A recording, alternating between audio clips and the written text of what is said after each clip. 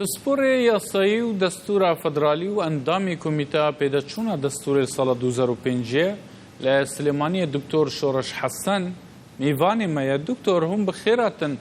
چ قاسی دانوستاندن تێنەکردن دناوبەرە هەولێر و بەغدا بەحسا هەری زێدە یا شاندنە موچە و بودجەیە هەرێما کوردستانیە نەک بجیکردنا دەستورێ vêyekê dibêjin ku xaleke lawaz e çima heta niha yanî me cîbicîkirina destûrê nebûye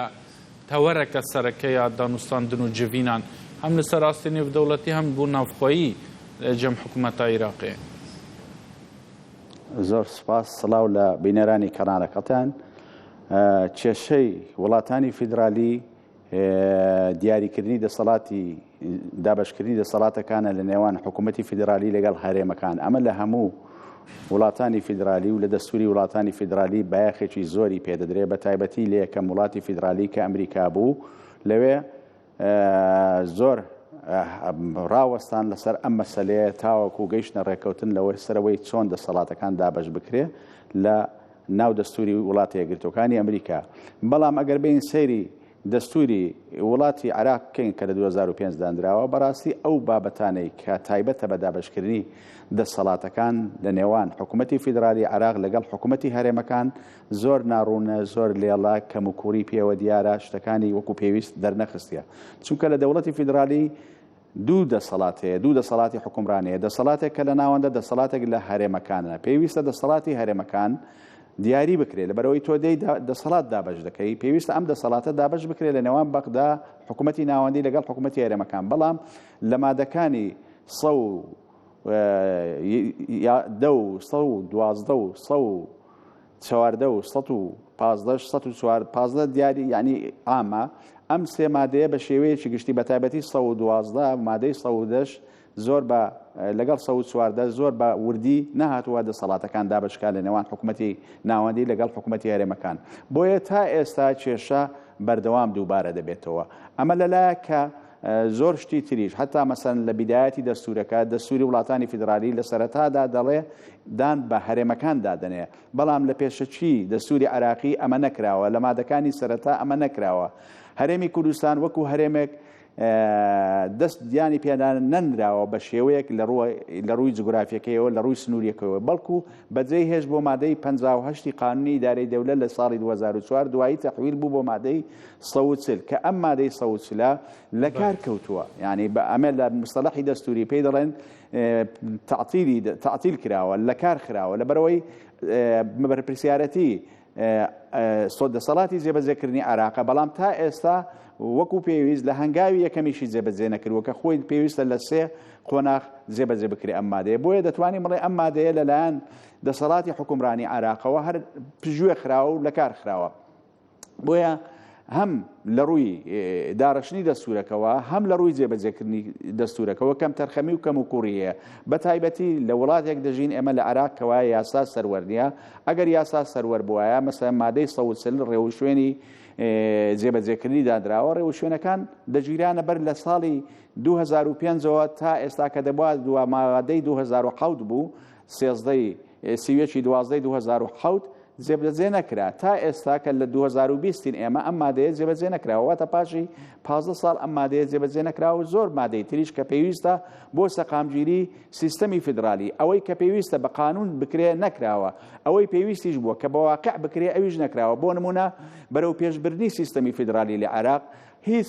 هەنگاوێکی بۆ نەهاویشتراوە قانونی دامەزرانی هەرێمەکان دەرچووە لە ساڵی 2008 بەڵام ئەم قانونە کاتێک لە ناوەڕاستی عێراق ویستیان هەرێمێک دروستکەن بەپێی ئەم قانونە و بەپێی دەستور ڕێگریان لێکردن کاتێک لە خواروی عێراقیا لە بەسرا ویستیان هەرێمێک دروستکەن دیستان بە هەمان شێوە ڕێگریان لێکردن کەواتە ئەمە هەموو ئاراستەی دەسەڵاتی ناوەندە حکومڕانیەتی عێراقا بەرەو ئەوەی کەوا وڵات بەرەو حکوومەتێکی مرکزی بەرێ نەک حکوومەتێکی فیدرالی ئەوەی کە لە دەستوری 2005 داڕێژراوە ئەجینا هەموو ڕێنماییەکانی و شێوازەکانی ڕێو شوێنەکانی دانانی دامەزرانی هەرێم دیاری کراوە ئەی بۆچی ڕێگری کراوە بە واقع کەواتە ئێمە کێشەکانمان ئەوەیە کە هەم لە دەستور و لە قانونیش قانونی پێویستمان دەرنەکردووە بۆ نمونە مەسەڵەن ئەنجومەنی ئیتحاد کە ئەنجومەنی ئیتحاد نوێنەرایەتی هەرێمەکان لە خۆ دەگرێ بۆ ئەوەی کەوا شان بەشانی ئەنجومەنی نوێنەران زەمانەتی مافی هەرێمەکان بکات لە دەسەڵاتی یاسادانانی عێراق. ئەم ئەنجومەنەش هەر بە هەمان شێوە لە کار خراوە بەڕەسمی، چکە مادەی 137 دەستوری عێراق دەڵێ تاوەکو بڕیارێک لە دەورەی دووەمی ئەنجومەنی نوێنەران لە دەورەی دووەمی ئەنجومەنی نوێنەران دەرنەچێ بۆ بەکارخستنەوەی ئەنجومەنی ئیتحاد، ئەم ئەنجومەنە کاری پێ ناکرێ کە ناوەکەی لەناو ئەم دەستورە داهاتوە. کەواتە ئەمە دەستگایەکی زۆر گرنگە بۆ بەرەو پێشبردننی فیدرالی، ئەمەشیان لەکارخستوە. دکتۆر یعنی خەمساری سەرەکی ژە هەرسی سەرۆکاتیên عێراقی کیە ji بۆی پشتگۆخستنا دەستورê bijînekirina yasayê؟ خەمساری سەرچ هەم دەسەڵاتی یاسادانان هەم دەسەڵاتی جێبەجێکردن بە پلەی یەکەم یعنی بەرپرسیارەتی ئەم دۆخار دەگرن. بۆ نمونە دەسەڵاتی جێبەجێکردن بە پێی بەنسبەتی مادەی 140 مەسئولیەتە ئەم کە ئەمیش هەڵی ینی ئەم شتەی جێبەجێ نەکردەوە مادەی 140 وەکو پێویست. دەسەڵاتی یاسادانانیش نەهاتوە لێ پێچینەوەی لەگەڵ بکە، لێ پرسێتەوە بزانێ بۆچی ئەم مادەیە جێبەجێ نەکراوە. واتە بە دەرەجەی یەکەم دەسەڵاتی یاسادانان وەکو نوێنەری خەڵکی عێراق بە هەرێمی کوردستانیشەوە بە نوێنەرەکانی هەرێمی کوردستانیشەوە ئانە کەمتر خەم بوون لەوەی کەوا حکوومەتی عێراقی ئەنجومەنی وەزیرانی عێراق بخەنە بەر لێپرسینەوە بۆ ئەوەی کەوا ئەوەی کە لە دەستوردایە پێویستە کاری پێ بکرێ التزامی پێوە بکە و جێبەجێ بکە. هەروەها دەستور بڕیاری لێداوە وەختەوەکووە دەستور دنویساند لە ساڵە 2005 هیچ گەرانتیەک هیچ زەمانێک وەدانی بوو وێ دەمێک و ئەو دەستور دەبێتە بجیکردنیان تەنێ حوبرێ سەرکاغەزێ دەبێت؟ وڵاغ خۆی لە هەموو دنیادا لە یعنی قانون بە دوای پاشکۆی واقعە ئەو واقعی کە هەیە بۆ نمونە ئەگەر واقعەکە لە بەرژەوەندی هەرێمی کوردستان بێ لە بەرژەوەندی حکوومەتی ناوەند بێ ئەمە خۆی فەرز دەکا بەسەر بدۆخە قانونیەکەدا. بۆ نمونە ئەو فیدراالەتی کە لە عێراق بڕیاری لێدرا لە دەستوری 2004 قانونی داری دەوڵەت دوایی دەستوری 2005 بەهۆی ئەوە بوو کە هەرێمی کوردستان لە ساڵی 1991 وەکو هەرێمێکی فیدرالی لە ناو عێراق وەکو نیمچە دەوڵەتێک تەسەڕوفی دەکرد لە ناو عێراق. ئەم واقعە خۆی سەپان لە ناو دەستوردا، بەڵام حکمڕانانی عێراق نیان هێژ ئەم واقعی فیدرالیەتە بە تەواوی هەم لەسەر ئەرز دەستورەکە و لە ڕووی قانونیەوە هەم لە ڕووی واقعیشەوە ڕەنگ بداتەوە هەموو عێراق بگرێتەوە. ئەگەر شان بەشانی ئێمە هەرێمێک لە ناوەندی عێراق و هەرێمێک لە ناوەڕاستی فراتی ئەوسەد دروست کرابە و هەرێمێکی لە بەسرا دروست کرابە، ئێستا ئێمە بە تەنیا نەدەبووین بەرامبەر حکوومەتی ناوەندی بۆ دەستەبەرکردنی مافی هەرێمەکان. بۆ نمونە مەسەڵەن کۆمەڵێک ئەگەر کۆمەڵێک شتی گرنگ هەیە مەسەن یەک لەوانە مادەی 106 دەڵێ هەرێ دەستگدا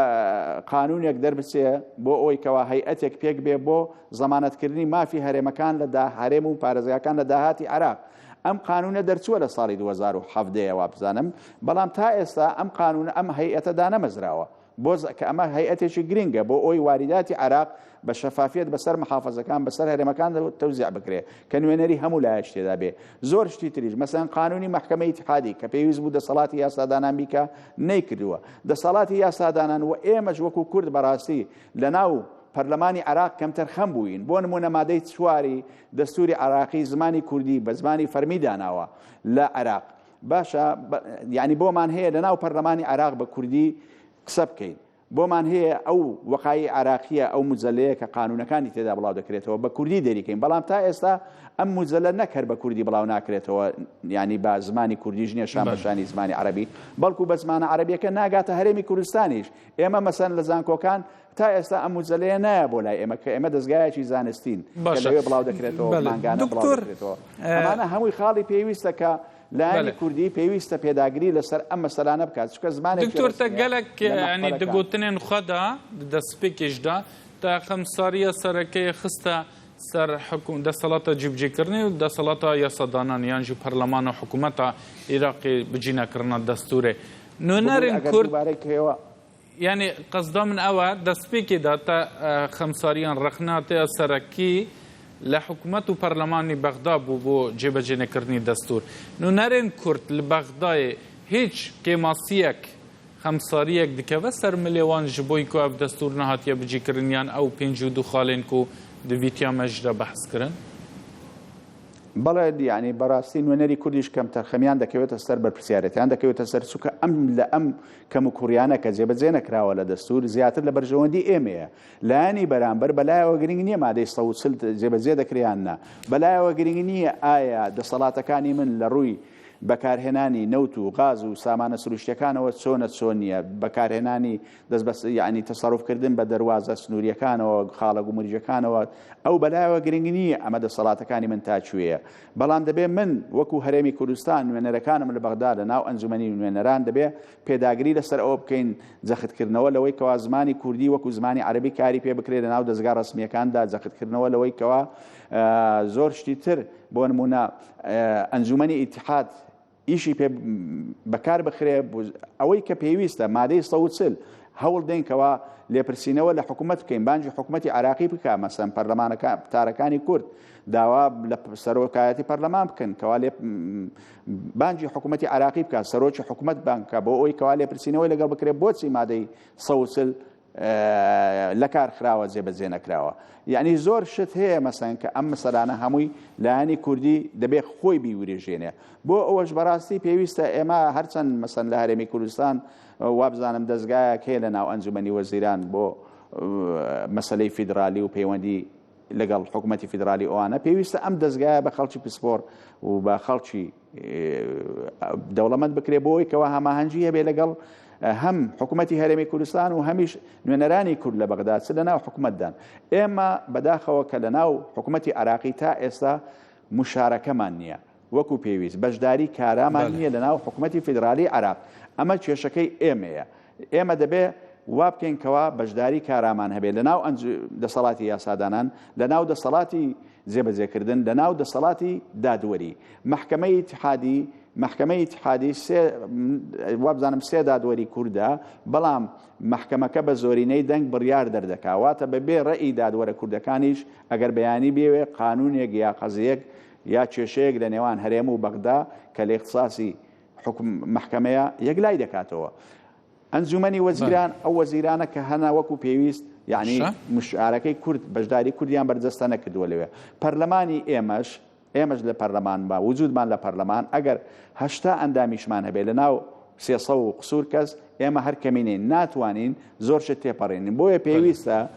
پێداگری لەسەر ئەوە بکەینکەوە ئەنجومەنی ئیتیحاد بە پێی ئەنجومەنی ئیتیحاد بە نوێنەری هەرێمەکان ئەمە تەفعیل بکرێ بە شێوەیەک ئەو ئەنجومەنە کاریگەری هەبێت لەسەر ئەوەی کەوا هیچ یاسایەک بە دژی هەرێمەکان دەرنەچێ لەلایەن ئەنجومەنی نوێنەرانەوە. گەلێک سپاس دکتۆر شۆڕش حەسەن پسپۆر یاسا و دەستورە فەدرالی گەلێک سپاس کە تو بووی میوانی بولتەنەما.